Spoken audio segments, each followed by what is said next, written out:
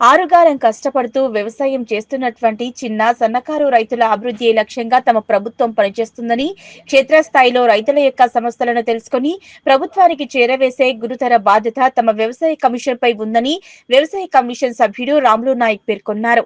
ఈ రోజు రైతు వేదిక రైలాపూర్ రామయ్యంపేట మండలం నందు నిర్వహించినటువంటి రైతు ముంగిట్లో శాస్త్రవేత్తల కార్యక్రమంలో భాగంగా రైతులకు అవగాహన కార్యక్రమం నిర్వహించారు.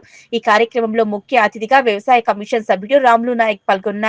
ఈ సందర్భంగా ముఖ్య అతిథిగా ఆయన మాట్లాడుతూ వ్యవసాయంలో వస్తున్నటువంటి ఆధునిక సాంకేతిక పరిజ్ఞానంతో పాటుగా క్షేత్రస్థాయిలో చిన్న సన్నకారు రైతుల యొక్క ఆదాయం పెంపొందించే విధంగా, రైతులకు సహాయపడే విధంగా, రైతుల అవసరాలు తీర్చే విధంగా తెలంగాణ రాష్ట్ర ప్రభుత్వం వ్యవసాయ కమిషన్ ఏర్పాటు చేయడం జరిగిందని, ఈ యొక్క కమిషన్ ద్వారా రైతుల యొక్క అభ్యున్నతికి క్షేత్రస్థాయిలోని సమస్యలను ప్రభుత్వం దృష్టికి తీసుకువెళ్లి వ్యవసాయ శాఖ ద్వారా రైతులకు మరిన్ని సేవలు అందించే విధంగా వ్యవసాయ కమిషన్ పనిచేస్తుందన్నారు. వానాకాలానికి ముందస్తుగానే తెలంగాణ రాష్ట్ర ప్రభుత్వం ప్రొఫెసర్ జయశంకర్ వ్యవసాయ విశ్వవిద్యాలయంలోని జరుగుతున్నటువంటి పరిశోధన ఫలితాలను మరియు ఆధునిక సాంకేతిక పరిజ్ఞానాన్ని క్షేత్రస్థాయిలో రైతులకు అందించే విధంగా విశ్వవిద్యాలయంలోని శాస్త్రవేత్తలు మరియు వ్యవసాయ శాఖ ఆధ్వర్యంలో రైతు వేదికల నందు ఈ రైతు అవగాహన కార్యక్రమాలు నిర్వహిస్తున్నామని, రైతులు మోతాదుకు మించి రసాయన ఎరువులు వాడటం వల్ల అధిక దుష్ప్రభావాలతో పాటుగా వాతావరణ కాలుష్యం, నీటి కాలుష్యం, నేల కాలుష్యం ఏర్పడి రైతులకు పెట్టుబడి ఖర్చులు పెరిగి భూసారం దెబ్బతింటుందన్నారు. వీటిని నివారించడానికి ఇలాంటి అవగాహన సదస్సులు ఉపయోగపడతాయన్నారు.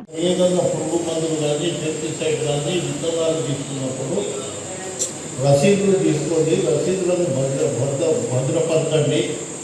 కష్టకాలంలో వడగండ్ల వాన వచ్చినప్పుడు, తుఫాను వచ్చినప్పుడు, అధిక వర్షం వచ్చినప్పుడు పంట నష్టం జరిగితే నష్ట పరిహారానికి పొందడానికి రసీదులు చాలా అవసరం ఉంటుంది. సాగునీటి ఆదాయం, సాగునీటి ఇప్పుడు మీకు ఏమనిపిస్తలేదు.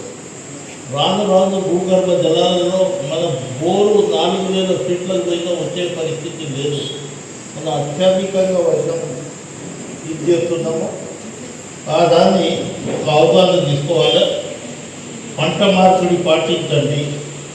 ప్రతిసారి మనం ఒకటే అన్నం విధంగా రోజుకు ఒక వెరైటీ చేంజ్ చేస్తూ ఉంటాం.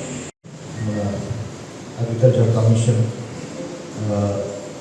స్టేట్ లెవెల్ కమిటీ మెంబర్ మన రాములు నాయక్ గారు, శాస్త్రవేత్తలకు, అగ్రికల్చర్ డిపార్ట్మెంట్కి, రైతులకు, రైతుల అందరికీ కూడా నమస్కారం అండి.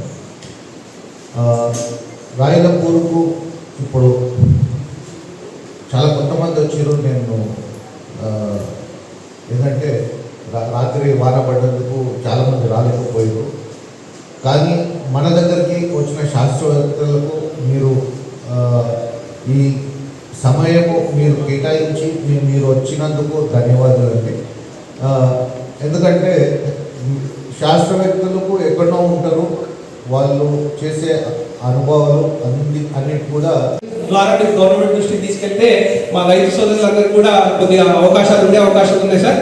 ఇట్లాంటి రైతు వేదికల్ని నిరంతరం మేము ట్రైనింగ్స్ ఇవ్వడానికి మనకు కొంత బడ్జెట్ ప్రాబ్లం వల్ల కొన్ని నిధులు రావట్లేదు సార్. మనకు రెగ్యులర్గా ఇచ్చినట్టయితే మేము నిరంతరం రైతుల మధ్యలో వండుకుంటూ వాళ్ళకి మరింత ట్రైనింగ్స్ ఇవ్వడానికి కూడా మాకు ఒక అవకాశం ఉంటుంది సార్. ఇంకా మా రైతులు చాలా అంటే ఇన్నోవేటివ్గా ఇప్పుడు వెల్జల్లే పద్ధతి కానీ, లేకపోతే పత్తిలో ఐడెన్సిటీ పద్ధతి కానీ అన్నీ కూడా చేయడానికి రామపేట రైతులు సిద్ధంగా ఉన్నారు సార్. ఇవి ఇంకా ఇట్లాంటి విషయాలన్నీ కూడా ప్రభుత్వానికి మీ దృష్టికి తీసుకెళ్తామని కోరుతూ, నాకు ఈ అవకాశం ఇచ్చిన అందరికీ కూడా పేరు పేరున ధన్యవాదాలు చెప్తూ, చివరిగా మీ ఏమైనా సమస్యలు ఉన్నట్టయితే మా దృష్టికి తీసుకెళ్ళినట్టయితే మేము నోట్ డౌన్ చేసుకుని ప్రభుత్వం దృష్టికి తీసుకెళ్లే అవకాశం ఉంటుంది. తర్వాత ఈ కార్యక్రమాన్ని ఉద్దేశించి మాట్లాడాల్సిందిగా గౌరవ జిల్లా వ్యవసాయ అధికారిని మాట్లాడాల్సిందిగా వస్తుంది. జీవిలో కనుక చూసినట్లయితే ఒక 4-5 క్వింటాలు ఒక ఎకరానికి వస్తున్నాయి. జన్ములో కనుక చూసినట్లయితే 7 నుంచి 9 క్వింటాల వరకు కూడా దిగుబడి తీస్తున్నటువంటి రైతులు ఉన్నారు.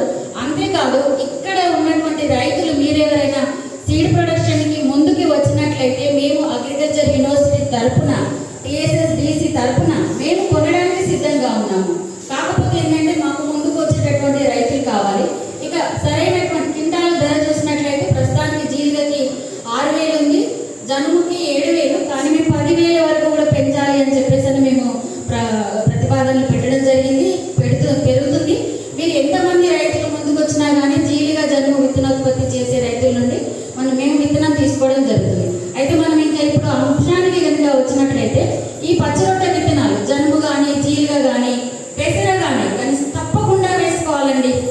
మీరు